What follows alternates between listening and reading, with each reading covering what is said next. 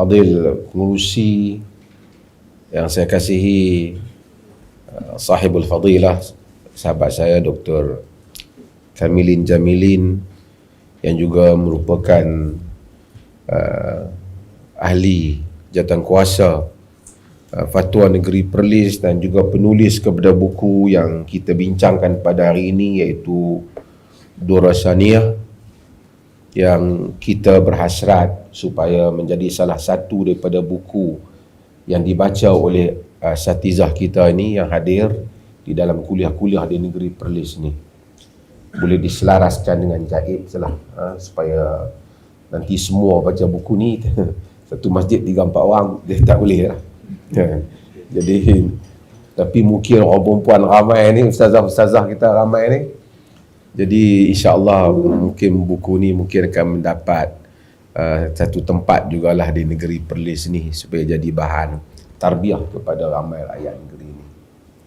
Fadil Ustaz Ahmad Hafiz yang mengendalikan bahagian falak dan pengajaran Jabatan Mufti. Ustazah Hemi duduk di belakang, yang mencetak.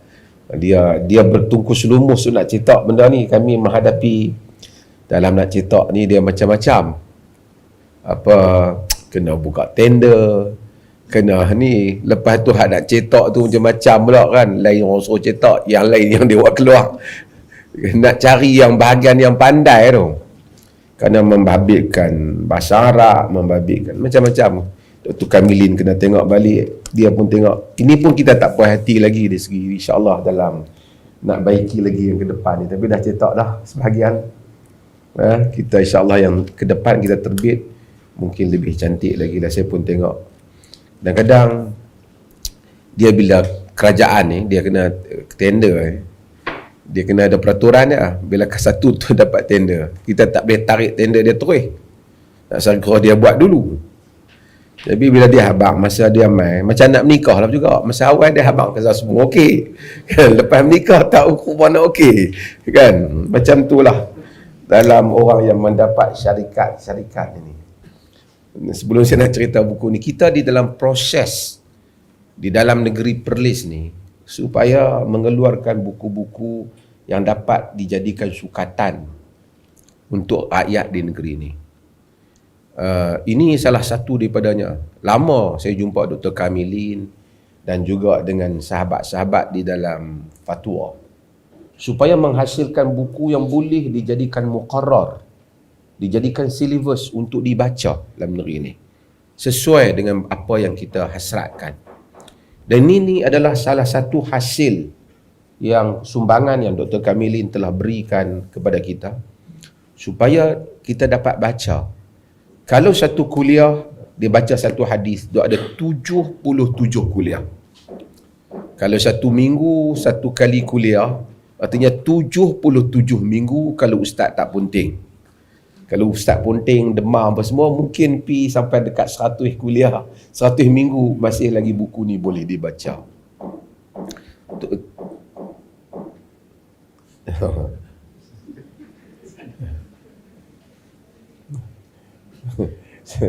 Siapa dia ketuk dinding? Okey. Jangan ketuk dinding. Kita keluarkan buku ni, banyak lagi buku. Salah satu tuan-tuan akan tengok yang telah sedang kita siapkan. Mungkin Ustazah Haimi seminggu 2 lagi ya. Kita terjemahkan Zadul Mustaqni' di dalam kaedah Jawi Lama, supaya dijadikan bahan kitab yang fiqh, yang berteraskan mazhab Hanbali, yang mungkin akan dibaca secara tradisi dalam negeri Perlis ini. Cetak pun cara Jawi, bahasa pun bahasa Jawi Lama. Kitab kuning lah, supaya orang nanti kata tak ada kitab kuning. Dan saya pun telah bagi prakata muqaddimah kepada mazhab-mazhab ini, dan insya-Allah akan dapat dibaca. Jadi bila dia baca yang tu seolah-olah dia baca sikit, kita ejah kadang-kadang takut tak faham, tapi macam huruf harfin bil harf, yakni satu huruf ke satu huruf. macam kitab Melayu lama jugalah. Hampir untuk membolehkan atas ada teks Arab, bawah ada terjemahan. Lepas pada ni orang tak mengaji kitab lah. Cuma challengingnya inilah asatizah kita nak kenalah pi mendalami matan itu. Kita ada Syarah Mumti' Syekh Muhammad Saleh Ibn Utsaimin, kita ada banyak lagi yang mana lepas ni ustaz-ustaz kita pun nak kena mendekati kitab-kitab turas. Ini yang sedang kita buat di dalam negeri Perlis ni. Kita sedang, saya kata kita dalam proses membina dan mengasaskan tamadun ilmu. Walaupun nampak mungkin orang kata pada zaman ni kita start dah mula dah sebelum ni, tapi kita letakkan pancang-pancang dah yang kukuh supaya ia dapat diwarisi. Selepas daripada kita ni, insya-Allah orang akan tengok di Perlis kitab turas ada, kitab ni ada yang telah dibaca oleh rakyat. Kalau kita klik ataupun kita online, kita tengok program di negeri Perlis ni, saya rasa Perlis ni sebuah universiti. Malam-malam cuba tengok berapa banyak subjek pengajian ada. Ustaz Ahmad Hafiz saya suruh buat semua kuliah tuan-tuan ni.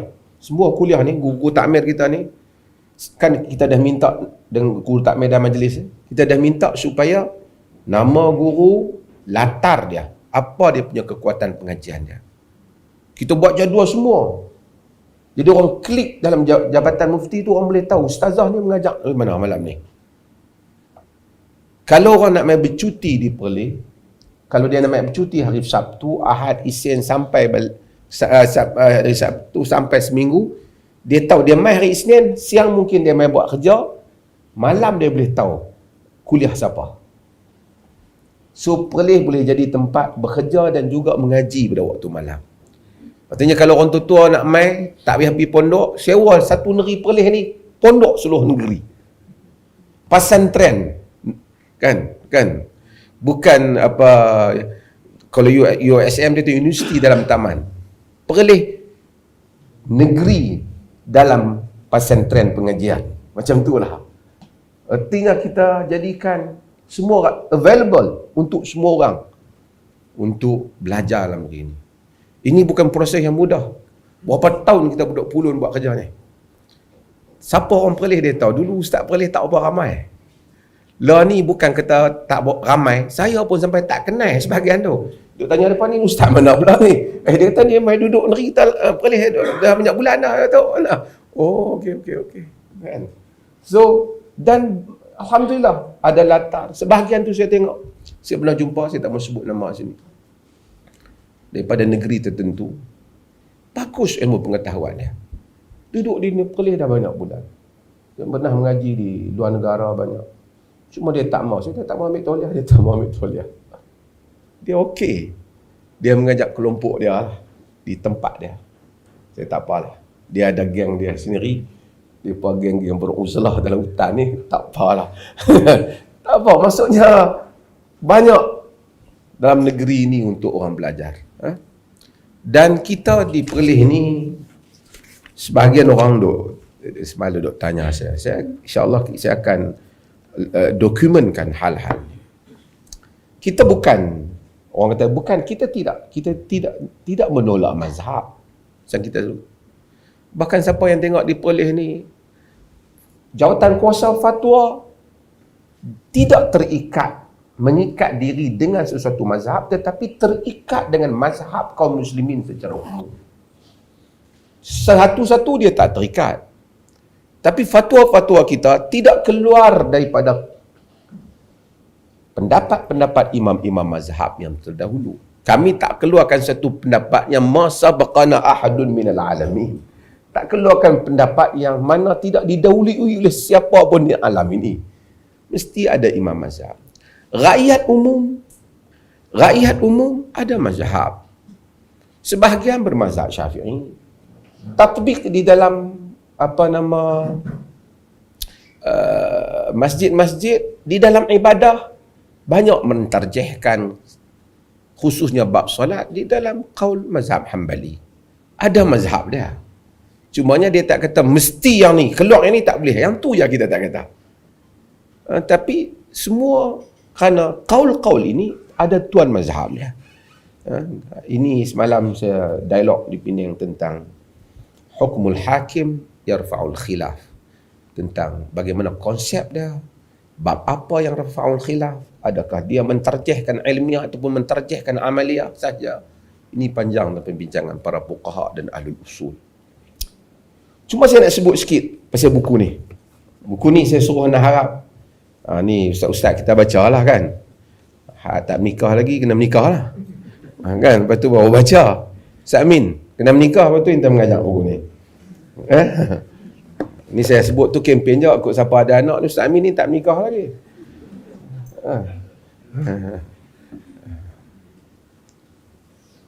Saya nak sebut satu dua hal lah pasal sempena.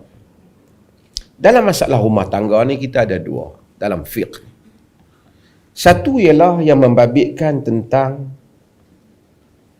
kehidupan kita suami isteri. Rumah tangga ni, tadi Dr. Kamilin sebut banyak lah. Rumah tangga ni bila kita mengajar, kita jangan bawa satu teori yang mana tak dicapai oleh orang siapa pun, termasuk diri kita sendiri. Sebahagian ustaz-ustaz dia mengajar sampai dia pun tak tercapai benda yang dia ajak tu. Islam ni dia praktikal. Sebab tu saya sebenarnya antara orang yang tak setuju, kurang bersetuju lah. Ni sampingan saya pernah sebut pada Dr. Kamilin juga. Sekolah agama ke, sekolah tak agama, asing lelaki dengan perempuan. Perempuan tak ada langsung sekolah tu, ataupun lelaki tak ada langsung. Dalam pengajian zaman Nabi dia tak macam tu. Memanglah ada hadis yang perempuan minta untuk ghalaba alaina rijal, pasal orang lelaki dominan sangat buat kuliah agami saja. Ada, tapi bukan kerana nak asingkan. Bila asing sekolah tu lelaki saja, lama-lama lelaki jadi berkenan kat lelaki. Tu masalah tu. Dengan cikgu-cikgu dia sekali, itu pening tu. Perempuan pun sama. Sebab kita kadang-kadang suka terkeluar daripada tabiat asal kehidupan manusia yang Nabi tak keluar daripadanya. Di Saudi mungkin di negara Teluk, mungkin dia culture dia lain. Tapi itu pun kadang-kadang mereka tak dapat laksanakan, mereka keluar daripada Saudi, maka jadi lain. Saya sebut contoh. Asma binti Abi Bakar. Tadi Dr. Kamilin sebut pasal Aisyah radhiyallahu anha. Saudara perempuan Aisyah radhiyallahu anha, anak Abu Bakar. Dengan Nabi panggil jadi apa? Kita panggil apa? Beras. Apa? Ada ibak. Okey. Nabi SAW, Asma ni dia isteri kepada Az-Zubair ibn al-Awwam ketika itu. Dalam hadis Bukhari dia kata jitu yauman wa ala ra'si wa nawa ala ra'si. Dia bawa apa? Biji kurma tu, nak tanam kurma tu, tolong suami dia. Dia kata falaqitu Rasulullah sallallahu alaihi wasallam wa ma'ahu rijal minal ansar. Aku jumpa Nabi sallallahu alaihi wasallam dan ada orang Ansar. Jadi Nabi ni dia tengok Asma bawa tu. Jadi Nabi sallallahu alaihi wasallam fada'ani, Nabi panggil dia. Faqala ikh liyahmilani khalfahu. Nabi kata kat unta, Arab ni ikh ni unta, suruh turun unta tu untuk suruh Asma naik di belakang dia. Belakang unta Nabi. Unta yang sama. Jadi Asma ni dia rasa malu. Kan? Dia merasa malu. Fastahyaitu an asira khalfar rijal wa dhakartu Az-Zubair wa ghairatahu. Aku rasa malu nak join orang lelaki ni, kata. Teringat pula kat Zubair. Zubair ni apa? Cemburu. Bila Nabi fa'arafa Rasulullah sallallahu alaihi wasallam, inni astahi. Rasulullah tahu kata aku malu. Tapi Rasulullah biar. Tapi saya nak cerita dalam hadis ni, sehingga para ulama, Ibn Hajar Al-Asqalani, dia kata kalau tidak ada fitnah, tak ada apa pun. Bukan suruh pegang lelaki, tapi kalau dia boleh naik belakang, di belakang kenderaan. Kita sekarang ni tak ada lah naik unta kan. Maksudnya kalau suasana itu aman, fitnah, daripada fitnah. Pergaulan lelaki dengan perempuan tidaklah seperti yang diandaikan oleh sebahagian kita. Usaid As-Sa'idi, dia riwayatkan, masa hari perkahwinan dia, tak ada siapa untuk melayan tetamu. Untuk tamu, qaddamahu, untuk orang yang hadir, illa imra'atahu. Tidak ada siapa, melainkan isteri dia lah. Jemput main makan di rumah, saya kahwin, isteri dia yang hidang makan. Kita ni kadang-kadang dulu seketika kuat sangat Islam, orang perempuan tak boleh main bila tetamu main ke depan. Orang perempuan kena duduk hantar ayak pun di belakang lah. Di belakang tabir. Tapi pergi ke pekan boleh pula. Itu yang kita pelik. Pergi beli ikan boleh. Tetamu suami duduk ada depan tak boleh keluar. Fiqh kita yang tak jelas. Mungkin kita terpengaruh dengan sebahagian, tapi fiqh kita yang tak jelas. Cuba baca Ummu Sulaim. Kan? Isteri kepada Abu Talha. Abu Talha kata dalam peperangan Hunain, dia bawa khanjar. Tengok bawa khanjar. Nabi kata, mahal khanjar ya Ummu Sulaim. Khanjar apa wahai Ummu Sulaim? Dia kata, ittakhastuhu indana minni ahadun minal musyrikin baqartu bihi batnahu. Kalau mana-mana orang musyrikin mai, terikam dengan khanjar pisau ni perut dia. Faja'ala Rasulullah sallallahu alaihi wasallam yadhhak. Nabi gelak kat dia. Maksudnya Nabi tanya, tengok umpan, pisau apa tu? Kan? Kita kadang-kadang kalau kuat Islam ni, apa hang duk pergi tanya dia? Bini orang tu. Nabi tanya benda yang normal. Kita supaya jadikan asing sangat kadang fiqh kita tentang hal-hal yang seperti ini. Nah, orang cakap, Nabi berceramah, orang perempuan jawab. Hadis Ummu Haram. Dulu saya tulis tesis tentang Ummu Haram. Nabi kata, awwalu jaishin min ummati yaghzuna al-bahr qad aujabu, dalam hadis Bukhari. Tentera yang pertama yang berperang di laut di kalangan umatku, min ummati qad aujabu, wajib untuk dia syurga. Ini dalam untuk rekod tentera yang pertama yang perang di laut ni Muawiyah. Armada dia pada zaman Osman bin Affan. Ummu Sulaim duduk dalam kuliah Nabi ni, dia dengar. Dia kata, ya Rasulullah, ana fihim. Wahai Rasulullah, aku di kalangan mereka. Ni bukan cerita pergi umrah. Cerita orang nak pergi perang di laut yang dia perempuan nak ikut. Nabi kata apa? Anti fihim. Kau masuk sekali. Ni Nabi ramal benda nak mai ke depan. Mukjizat Nabi. Nabi kata, ni hang perempuan yang nak ikut orang pergi laut ni apa cerita? Nabi kata, anti fihim. Kau termasuk di kalangan mereka. Dan memang sejarah membuktikan armada yang pertama tu memang Ummu Sulaim ada. Muawiyah perang bawa bini dah. Qad aujabul jannah. Dia sebab puak Syiah kata Muawiyah masuk neraka, tak ketul. Hadis ni menunjukkan fadilat Muawiyah. Walaupun tak ada spesifik lain, hadis ni menunjukkan fadilat Muawiyah.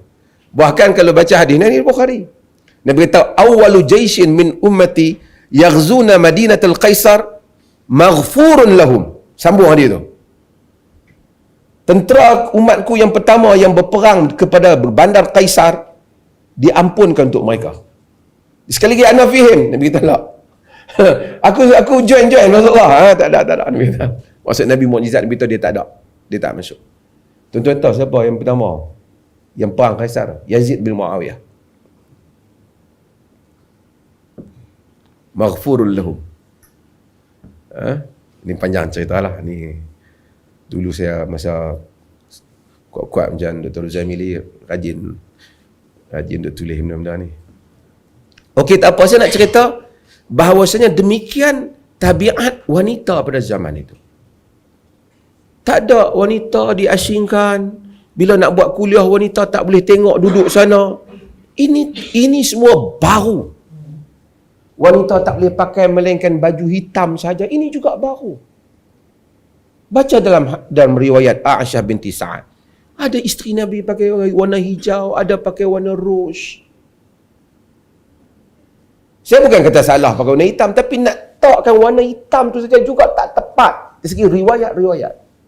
Ni ustaz-ustaz ramai ni, sebab tu saya selalu kata baca buku Abu Syuqqah, Tahrirul Mar'ah fi Asri Risalah, 3 jilid. Dia collect semua hadis menunjukkan Nabi memerdekakan wanita. Tahrirul Mar'ah fi Asri Risalah. Baca buku ni. Semua dia cerita daripada pakaian yang praktikal. Wanita tidak seperti yang disangkakan oleh sebahagian ustaz-ustaz lah yang keras sangat ni. Ustaz-ustaz sini tak keras lah kan. Saya nak cerita lah, jangan kadang-kadang setengah orang tu dia rasa dia muyu ke sunnah, dia jadi keras macam. Praktikal Nabi tidak begitu. Hatta dalam perkahwinan kan. Nabi macam mana? Kita baca hadis Jabir. Mungkin Dr. Kamilin ada hadis, saya tak pasti kan. Jabir beritahu apa? Nabi kata, tazawwajta ya Jabir. Engkau nikah wahai Jabir. Tazawwajtu ya Rasulullah. Engkau nikah. Bikran an saibah. Nikah anak dara ke janda? Bukan kata janda tak bagus. Dengar betul pergi habis ni. Dia kata bal saibah ya Rasulullah. Janda Rasulullah. Nabi kata hala jariyatan tula'ibuha wa tula'ibuka tudahikuha wa tudahikuka. Kenapa tak menikah dengan anak dara? Kau main dengan dia, dia main dengan kau. Kau bagi dia gelak, dia bagi kau gelak. Dia bagi kau ketawa. Maksudnya dia, cuba tengok Nabi punya gambaran tentang perkahwinan. Nabi maksudnya kahwin, happy, suami isteri gelak ketawa. Dia tengok muka suami pun demam. Kita tengok muka isteri pun suka, Allah bini aku pula. Dah tanya bini saya macam mana? Belakang. Kan? Cuma Jabir kata, ya Rasulullah, inna abi halak wa taraka banan wa karihtu an aji ahun bimislihin. Bapa aku meninggal, tinggal anak perempuan. Riwayat tu sab'a banat atau tis'a banat. Rawi Syah. 7 ataupun 9 anak perempuan. Dia kata aku malas lah kalau mai pun sama sebaya dengan mereka. Maka aku kahwin dengan satu orang, kata dia, yang taqumu alaihin wa tuslihuhun, yang mana dapat menguruskan mereka dan mendidik mereka. Tu yang aku kahwin yang janda tu. Pergi ada pengalaman. Nabi kata barakallah fik, Allah rahmatika, berkati kau. Tapi saya nak ceritanya apa? Macam mana konsep perkahwinan yang dilihat oleh Nabi. Sebab tu kita bila mengajak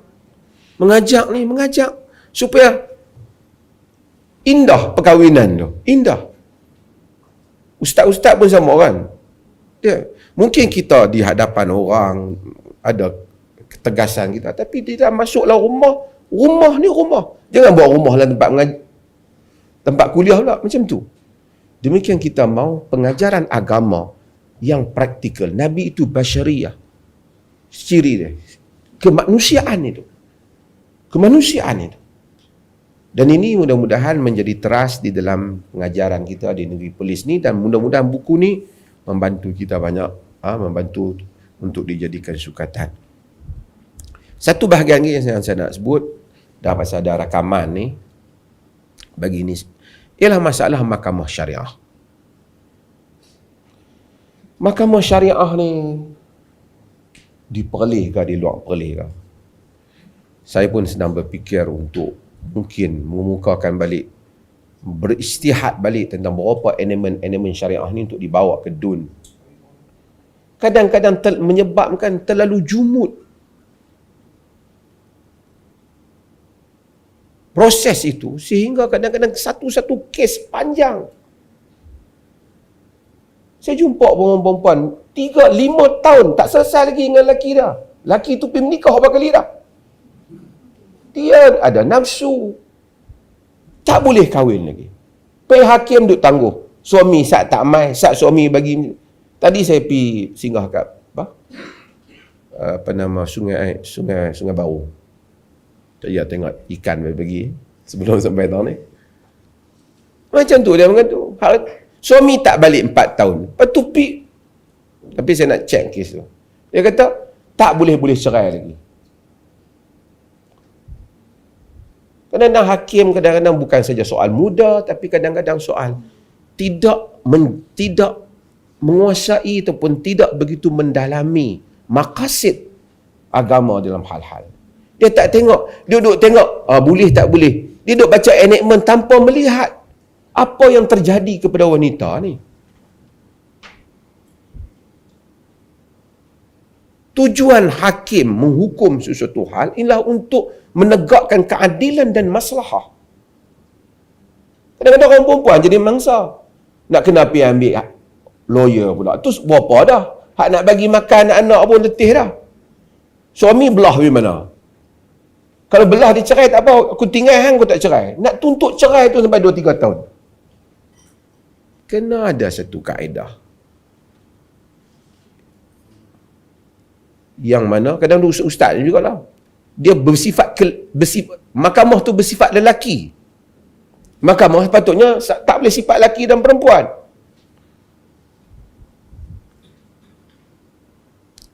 Geng pejuang wanita dengar ni dia boleh ambil kan?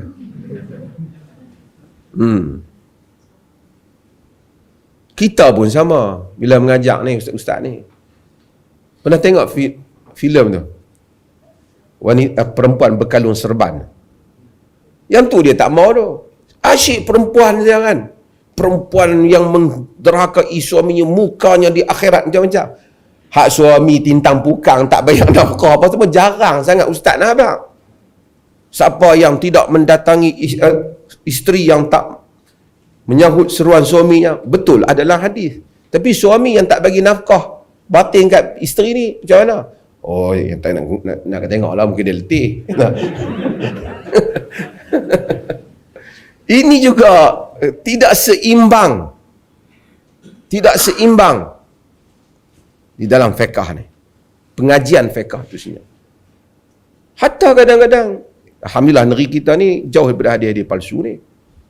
Isra' Mi'raj, cerita gantung kaki perempuan naik atas kepala turun bawah. Semua perempuan dia kena. Ini semua juga jangan nak baca lah hadis-hadis yang tak pasti, tak benar ini. Cedok daripada mana.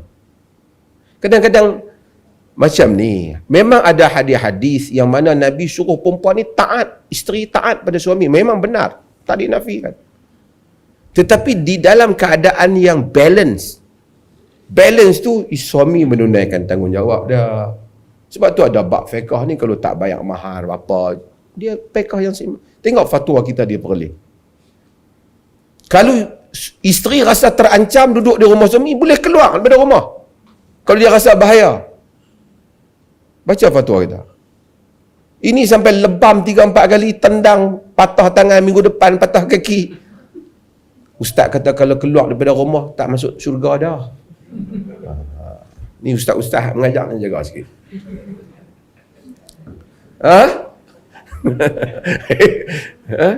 Supaya balance hal ini, kita duduk dalam satu masyarakat yang fasad. Balik-balik suami tahan dengar, jadi bau ustaz kata hang masuk neraka tau. Dengar tadi ustaz abang. Hang macam hang duk lawan aku ni masuk neraka. Dia tak kira yang dia. Saya selalu kata kan, contoh je tu. Ada masalah ke saya? Sikit je. Kan? Isteri kena bersiap untuk suami kan. Ya. Memang betul. Yalah kena, sebab itu kita dalam hadis Ummu Salamah dan seumpamanya yang selalu kita baca kan. Fa waqa'a fi qalbi syahwatun nisa, aku dapati dalam jiwa syahwat pada wanita. Nabi sendiri kena manusia, Nabi bashar. Balik dapatkan isteri dah. Dia tahan kena bersiap untuk aku. Bukan saja dia, kita pun kenalah juga lelaki ni. Kita saja nak bagi selera kita, dia tengok suami dia tak berselera betul. Kan? Saya kata biru dengan misai pun sama. Kata Ibn Abbas, tazayyat tu limra'ati kama tazayyanat li. Aku bersiap untuk isteri aku macam mana dia bersiap untuk aku. Kan?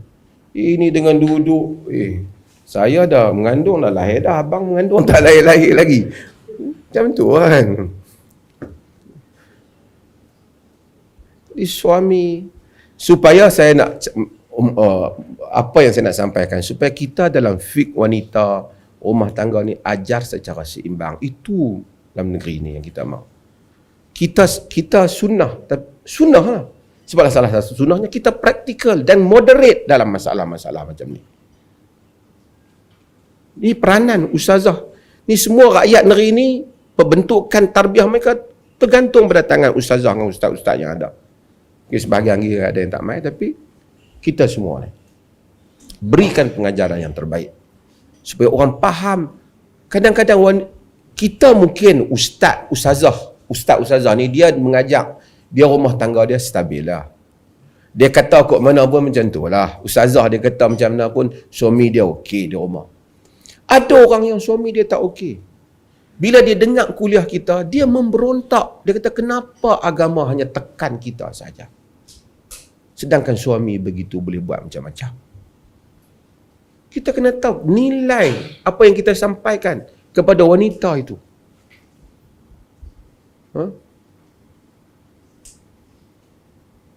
Salah satu perjuangan golongan reform dahulu ialah emansipasi wanita, tapi tidaklah melampau. Kita membebaskan wanita daripada cengkaman yang salah ini, daripada kuasa lelaki yang salah di dalam menggunakan kuasanya. Hukum hakam fiqh, kalau lelaki itu stabil, nafkahnya betul, hak ditunaikan, kemudian dia menuntut wanita itu taat kepadanya dengan ketaatan seperti dalam hadis, yes, you're right.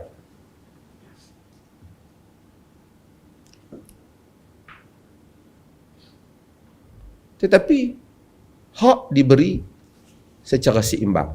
Hak lelaki dan juga hak wanita. Mudah-mudahan buku ni, sekali lagi saya harapkan dapat sama-sama kita manfaatkan di negeri kita ni. Dan tuan-tuan kena hadir lagi lah, ada siri-siri buku kita yang lain lagi, yang kita akan jadikan negeri kita ni insya-Allah sangat praktikal dalam kuliah-kuliah dia, pengajaran-pengajaran dia. Study juga, sebelum tuan-tuan nak pergi mengajar tu, study case. Dulu kita betul, salah satu kita betul apa? Alhamdulillah perlis tak ada dah. Ni sebahagian ni saya tahu ni. Ni semua pendaftar nikah ni, sebahagian. Di malam pendaftar nikah kan, penolong pendaftar nikah ke apa. Dulu, nak angkat nikah payah. Lepas dah angkat nikah, duk tanya, sah tak sah? Ulang. Siapa suruh ulang? Aku nikahkan kau dengan anak perempuanku seperti mahar sekian-sekian. Dia kata aku terima seperti yang dia disebutkan. Sah. Tak boleh. Kena sambung. Jangan. Habis nak sambung terus. Dia ambil mana? Semua benda-benda macam ni. Jangan putus nafas. Apa? Jangan putus nafas.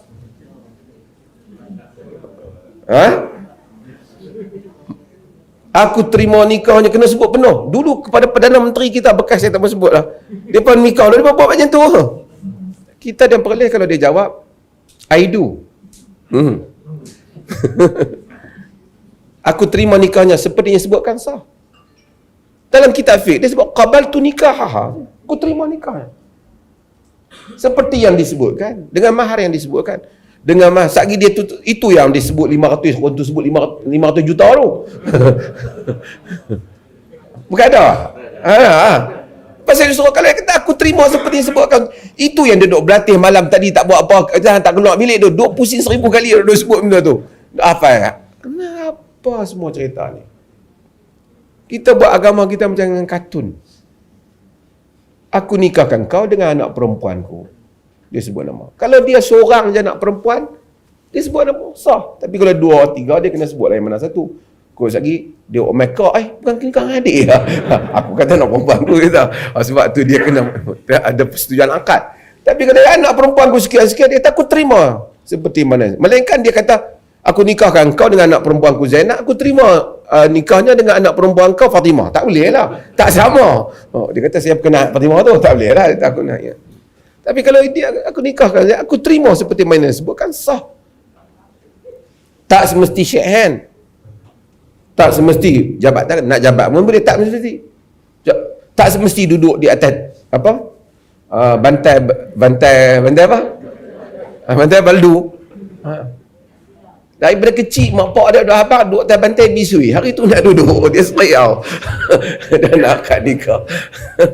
Saya kata benda-benda pelik-pelik ni kita bukanlah salah sebagai adat tu. Tapi kita tak perlu susah macam tu. Make it simple, benda halal. Yang lain kita nak buat agak-agak itik ke ayam kita nak makan, itu kita punya hal. Tapi jangan duk kaitkan dengan soal-soal yang tak diwajibkan oleh agama.